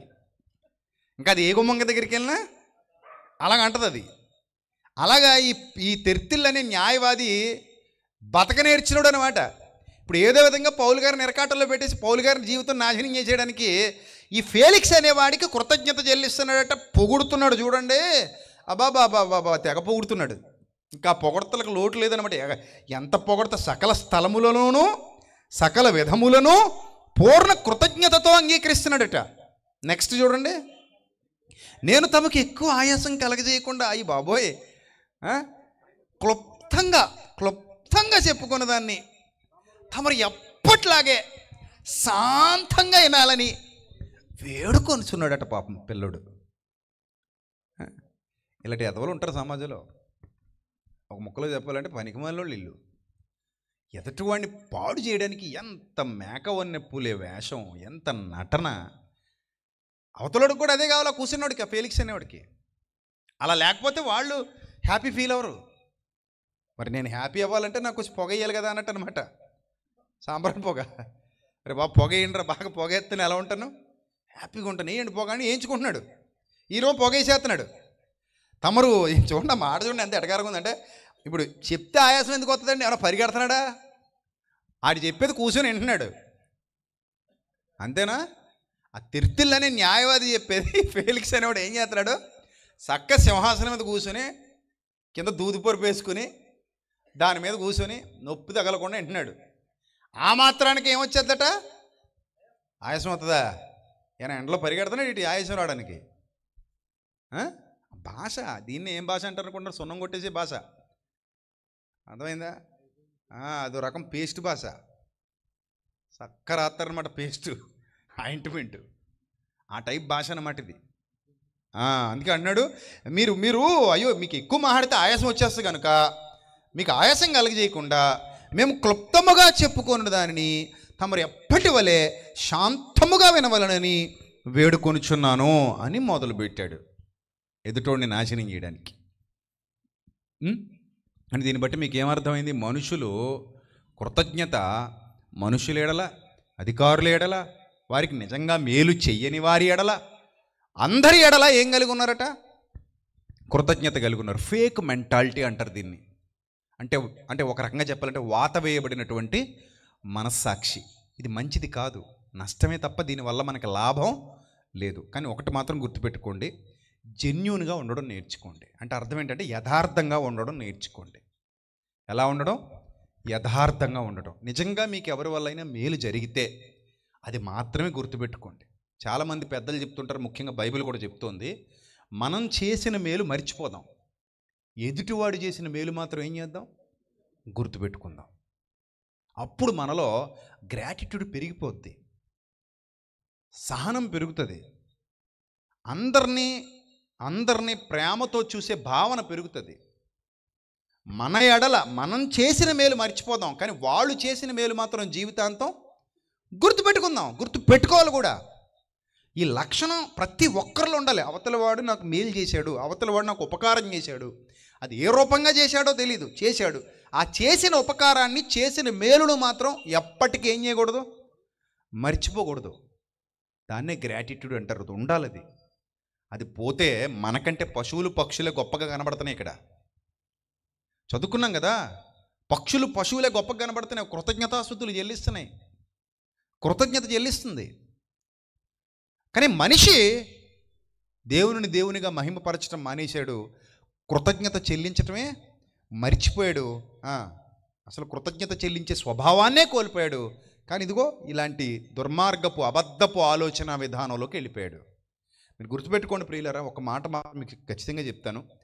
దేవుని సెలవు లేకుండా, దేవుని సహాయం లేకుండా, దేవుని కృప లేకుండా ఈ ప్రకృతి నడవట్లేదు, పంచభూతాలు నడవట్లేదు, మనిషి బతకట్లేదు. మనిషికి సహాయం దేవుని వలన మాత్రమే లభిస్తుంది తప్ప ఏ ఒక్కరి వల్ల లభించట్లేదు. ఏం జరిగినా మనిషి ఏమంటాడు తెలుసా? విధిరాత అంటాడు. విధిరాత. ఆ విధిరాత వెనక ఎవరున్నారు మరి? విధిరాత వెనక ఎవరున్నారు? ఆయనే దేవుడు, సర్వశక్తుడు, సర్వోన్నతుడు. ఆయన ఉన్నాడు కనుకనే సమస్తం నడుస్తుంది. ఆకాశం కదులుతున్నా, భూమి కదులుతున్నా, వర్షం కురుస్తున్నా, ఎండలు మండుతున్నా, మంచు కురుస్తున్నా, గ్రహాలు తిరుగుతున్నా, నక్షత్రాలు కదులుతున్నా, సముద్రాలు పొంగుతున్నా, భూమి మీద ప్రకృతి ఋతువులు మారుతున్నా, ఏం జరుగుతున్నా ప్రతి కార్యం వెనక ఎవరున్నారు? దేవుడు ఉన్నాడు. ఇంకా గట్టిగా మాట్లాడితే నేను తెగించి ఒక మాట చెప్తాను ఈ రాత్రి, నీ గుండె కొట్టుకోవటం వెనక కూడా దేవుడే ఉన్నాడు. సరే చెయ్యి, వినబడుతుందా? శబ్దం వినబడుతుందా లేదా? ఎలా కొట్టుకుంటుంది? ఇప్పుడు దీనికి మనం ఛార్జింగ్ పెట్టాం, దీనికి ఎవడెట్టాడు చెప్పి ఛార్జింగ్? దీనికి మనం ఛార్జింగ్ పెట్టాం, స్విచ్ చేసాం, అందుకని ఎక్కింది వాడుతున్నాం. మరి దీనికి ఎవడు పెట్టాడు చెప్పి ఛార్జింగ్? మన ఇంట్లో మోటార్ కరెంట్ ఎట్టి తిప్పుతున్నాం, మరి దీనికి ఏం పెట్టాం? Current lub dub lub dub lub dub అని గంటకి 72 నుంచి 82 సార్లు కొట్టుకుంటుంది కదా.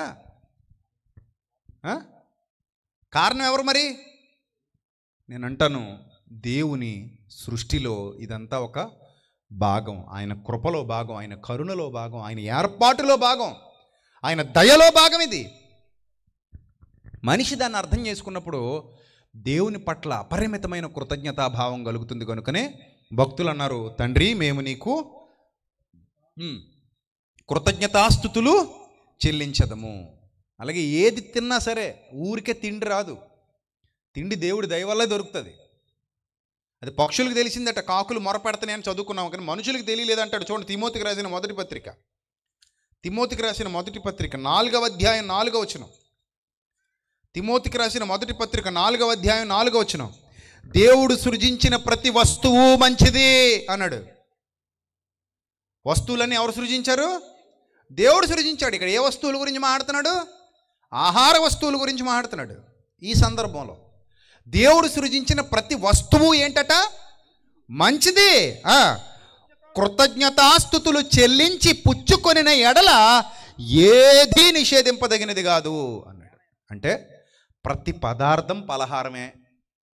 ఇప్పుడు కొంతమంది సోదరులు ఒక అట్టిపండు తెచ్చుకు కళ్ళు కద్దు తింటారు, లేదా కొబ్బరికాయ ముక్క తెచ్చుకు కళ్ళు కద్దు తింటారు. నేను అంటాను, అసలు ప్రకృతిలో ప్రతిదీ కళ్ళకద్దుకు తినాల్సిందే. ఎందుకు? పదార్థాలన్నీ ప్రసాదాలే. అవన్నీ ఇప్పుడు దేవుడికి పెడితే దేవుడిది అవుద్దా? దేవుడు ఇచ్చిందల్లా దేవుడిదేనా? చెప్పండి. నువ్వు పట్టుకెళ్ళి దేవుడికి అర్పిస్తే దేవుడిది అవుద్దా?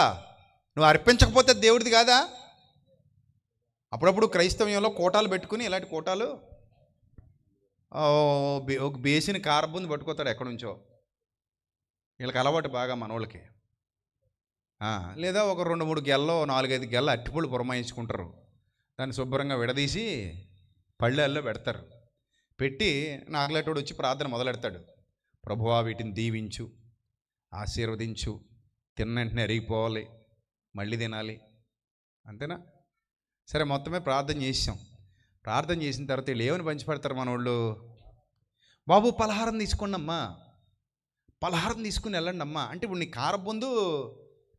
కారబుంది పలహారమా ఆ గిల్లోది? మరి ఆడ కొట్లు ఇంకా చాలా కారబుంది ఉంది, అదేంటి మరి? ఇది అది దేవుడిచ్చింది కాదా? అది ఆడు తయారు చేసాడా, సృష్టించేసాడా ప్రకృతిలో?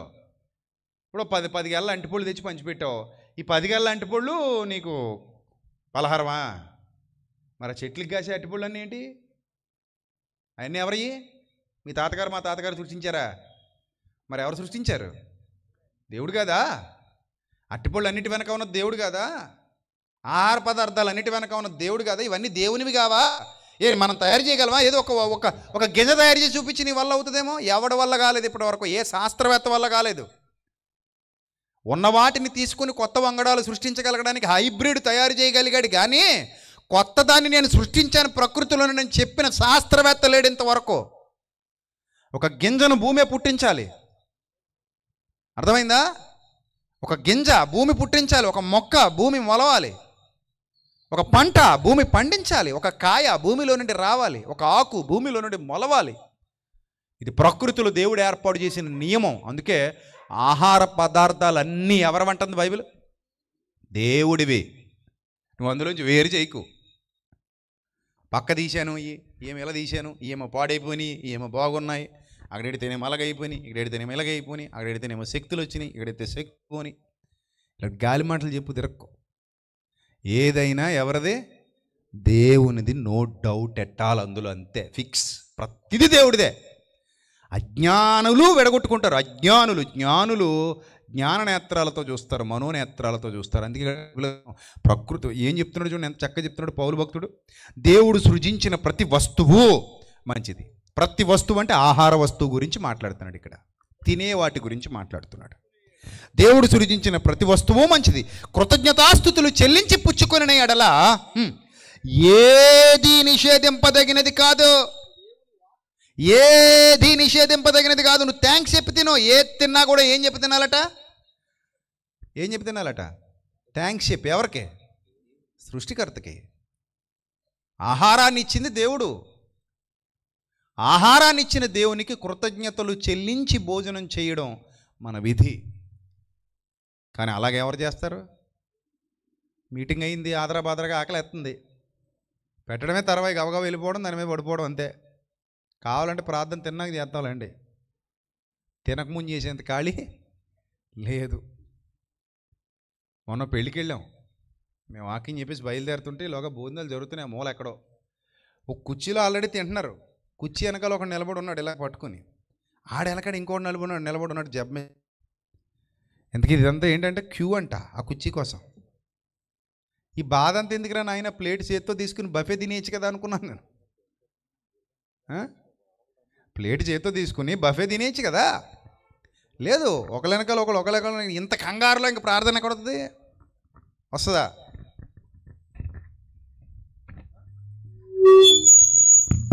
ఇంత కంగారులో ప్రార్థన వస్తుందా?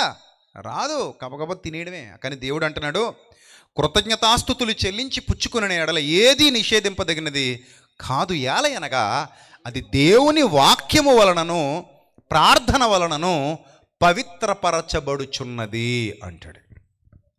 అంటే నువ్వు ఏం తింటున్నా కృతజ్ఞత కలిగి దేవునికి థ్యాంక్స్ చెప్పి తిను, అది మంచి లక్షణం.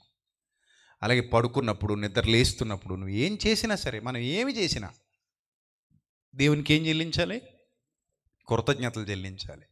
మన జీవితంలో ప్రతిరోజు ఆయన లేకుండా గడవదు.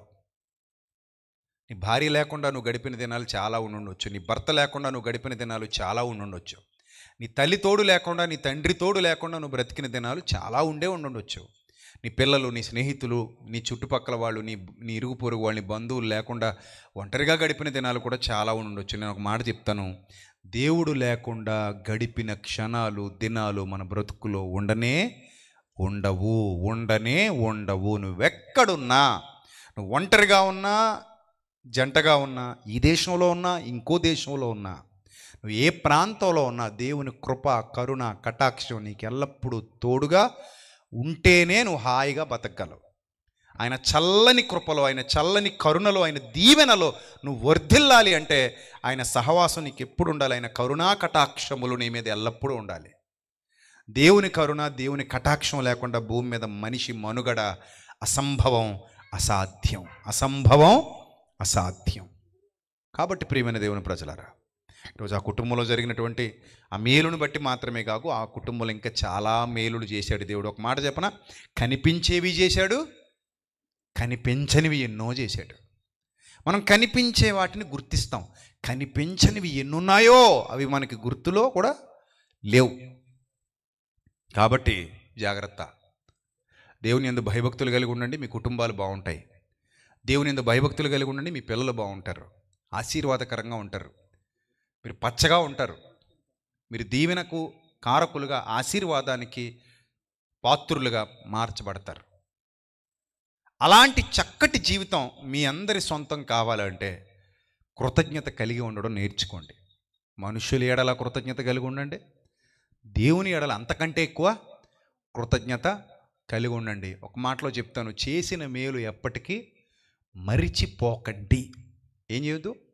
చేసిన మేలు ఎప్పటికీ మరిచిపోకండి. అది చిన్నదైనా పెద్దదైనా అది మీలో మంచి పాజిటివ్ దృక్పథాన్ని వృద్ధి పొందేలా చేస్తుంది. ఆ లక్షణం మీలో ఎప్పుడైనా ఉందనుకోండి, అది అలా పెరుగుతూ ఉంటుంది, డెవలప్ అవుతూ ఉంటుంది. నువ్వు గొప్ప స్థితిలోనికి ఎదుగుతావు, గొప్పగా మారుతావు. శ్రీని గారి కుటుంబం మాత్రమే కాదు, వాళ్ళ నాన్నగారు, వాళ్ళ అమ్మగారు, వాళ్ళ పిల్లలు, వాళ్ళు మాత్రమే కాదు, మీరందరూ బాగుండాలి, మీరందరూ పచ్చగా ఉండాలి, మీ అందరి జీవితాలు ఆనందమయం కావాలి, సంతోషమయం కావాలి. ఇక్కడ కూర్చొని వాక్యం వింటున్న, నిలబడి వాక్యం వింటున్న, ఆ రోడ్డు మీద ఉన్న మీ అందరి జీవితాల్లో గొప్ప వెలుగులు ఉదయించాలి. మీ అందరి కుటుంబాలు చల్లగా కాపాడబడాలి, దేవుని కృపలో వర్ధిల్లాలి. మీ పిల్లలు, మీరు సుఖ సంతోషాలతో, ఆరోగ్యాలతో ఉండాలి. ఈ భూమి మీద బ్రతికినంతకాలం ప్రతి శోధనను ఎదుర్కొంటూ జీవితంలో నిత్య సత్యవంతులుగా అభివృద్ధి పొందుతూ సత్యాన్ని గుర్తించే క్రమంలో మీరందరూ వర్ధిల్లాలి. అలాంటి స్థితి మనం ఎల్లప్పుడూ కలిగి ఉండాలంటే ఖచ్చితంగా గ్రాటిట్యూడ్, కృతజ్ఞత భావన మనందరి హృదయాలలో ఏమవ్వాలి? ఫలించాలి. ఎప్పుడు మర్చిపోకండి, మనం ఈరోజు ఇలా ఉన్నామంటే, చల్లగా కాపాడబడుతున్నామంటే ఎవరి కృప? దేవుడి కృప. ఎవరి దయ? దేవుడి దయ. ఆయన దయ లేకుండా, ఆయన కృప లేకుండా ఒక క్షణం కూడా నడవదు. ఇది అర్థమైన ప్రతివాడు మానక దేవునికి ఏం చెల్లిస్తాడు? కృతజ్ఞతాస్తుతులు చెల్లిస్తాడు. తండ్రి నీకు స్తుతి కలుగునుగాక, తండ్రి నీకు మహిమ కలుగునుగాక, తండ్రి నీకు కృతజ్ఞతాస్తుతి స్తోత్రములు చెల్లిస్తున్నాను అనే భావన ఎప్పుడూ మన మనసులో ఉంటుంది, ఉండి తీరాలి. అలా ఉండాలని మీ అందరికీ మరొకసారి ప్రేమపూర్వకంగా హితో పలుకుతూ, అలాగే శ్రీని గారి కుటుంబంలో జరిగినటువంటి మేలులను బట్టి, ఉపకారములను బట్టి మరొకసారి దేవుని స్తుతిస్తూ, గణపరుస్తూ, మహిమపరుస్తూ, ఎంతసేపు ఓపికగా నా మాటలు విన్నందుకు మీ అందరికీ నా నిండు వందనములు తెలియజేసుకుంటూ నా మాటలు ముగిస్తున్నాను. God bless you all, love you all, thank you, God bless you. తలలో వంచండి, చిన్న ప్రార్థన చేద్దాం. మహాపరిశుద్ధుడా, మా కన్నతండ్రి, దయగల దేవ, కృపగల ప్రభువా, మీ పవిత్ర నామానికి స్తుతులు స్తోత్రాలు చెల్లిస్తున్నాం. ఇంతవరకు విలువైన మీ మాటలతో మా హృదయాలు తృప్తిపరిచినందుకు స్తోత్రం తండ్రి. బిడ్డలను బలపరచండి, మీ కృపలు భద్రపరచండి. ఇక్కడున్న ప్రతి కుటుంబానికి మీ మేలు, మీ కృప, మీ కనికరము తోడుగా ఉంచండి. వచ్చిన బిడ్డలందరినీ దీవించండి, వారి పిల్లల్ని దీవించండి, ఆశీర్వదించండి. ప్రభా అవసరాల్లో మాత్రమే కాదు, నిత్యము మిమ్మల్ని మీకు కృతజ్ఞతాస్తుతులు చెల్లించగలిగే భాగ్యం పిల్లలకు దయచేయండి. కష్టం వచ్చినప్పుడు మాత్రమే కాదు, సుఖపడుతున్నప్పుడు కూడా మీకు కృతజ్ఞతాస్తుతులు చెల్లించగలిగే భాగ్యాన్ని పిల్లలకు దయచేయండి. ప్రభా అన్ని వేళల, అన్ని విషయాలలో, అన్ని విధాల మిమ్మల్ని ప్రభా పునాదిగా కలిగి మీ యందు ఆధారపడి చక్కటి జీవితాన్ని జీవించడానికి తగిన కృపను పిల్లలందరికీ అనుగ్రహించమని, ఘనత, మహిమ, ప్రభావములు మీకు మాత్రమే ఆరోపిస్తాం. శ్రీనన్న కుటుంబాన్ని, వారి తండ్రి గారిని, తల్లి గారిని, వారికి పిలిచిన పిల్లల్ని, కుటుంబ సభ్యులందరినీ, వారి బంధుమిత్రుల్ని, స్నేహితుల్ని, ఈ గ్రామంలో, ఈ ప్రాంతంలో ఉన్న ప్రజలందరినీ, ఈ సభకు విచ్చేసినటువంటి బిడ్డలందరినీ, వారి పిల్లల్ని మీరు జ్ఞాపకం చేసుకోమని వేడుకుంటూ, ఎల్లప్పుడూ మీ కనికర సంపన్నత వారి మీద కురిపించమని ప్రాధేయపడుతూ, వారు చేస్తున్న పనిపాటల్లో తోడుగా ఉండమని, వ్యాధి బాధల్లో, శోధనలో ఉన్న వారిని స్వస్థపరిచి సంరక్షించి మీ సన్నిధి కాంతిలో నిలువబెట్టి నడిపించమని, ప్రతి విధమైన శోధనలో నుండి విడిపించమని, చీకటి శక్తులను వాటి బారి నుండి మీ పిల్లలను విడిపించమని, క్రీస్తు యేసు వారి శ్రేష్టమైన అతి పవిత్రమైన నామంలో ఈ ప్రార్థన మనవులు సమర్పించి మీ వద్ద నుండి జవాబు తిరిగి పొందుకుంటున్నాం మా కన్న తండ్రి. ఆమెన్. అందరికీ వందనాలు. May Lord bless you, all love you all. Thank you. God bless you. దేవుడు మిమ్మల్ని, మీ కుటుంబాలని, మీ పిల్లల్ని బహుగా దీవించి ఆశీర్వదించునుగాక. Amen. Thank you so much.